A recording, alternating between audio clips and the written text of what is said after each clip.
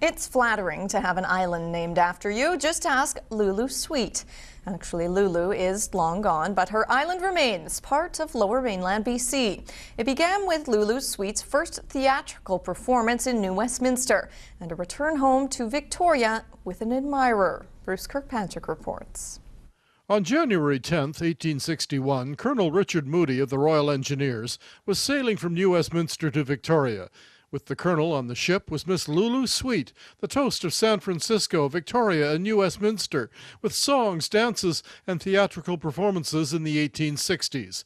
As they sailed to Victoria, Moody and Lulu passed a large island. "What's the name of that?" she asked. And he said, "Oh, that island doesn't have a name yet." The folklore is, he then said, "By Jove, I will name it for you."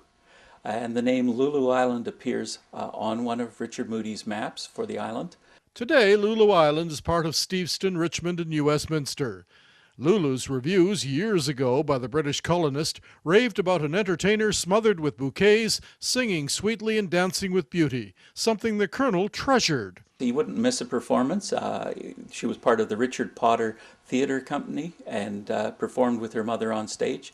Colonel Moody's stable jacket, work clothes in those days, was brought from England to the Royal BC Museum in 2002. The Royal Engineers wore these kind of clothes while building roads along the Fraser River. But Lulu Island, at the mouth of the Fraser, was actually renamed. As detailed in a BC Atlas by Derek Hees, it became Palmer Island, briefly. In August of 1861, as the map is about to be sent to England, there's a change, and he scratches out Lulu and he writes Palmer, one of his officers, perhaps thinking that the colonial secretary won't approve of islands being named after actresses, no matter how charming and chaste. But Lulu stuck. But Lulu stuck. Lulu Island officially became Lulu Island in 1863. By 1882, it had settlers who had started a cannery. By the 1940s, it was known for its seed potatoes and owes its name to a sweet singer called Lulu. This Week in History, brought to you by the Royal BC Museum, bringing British Columbia's stories together.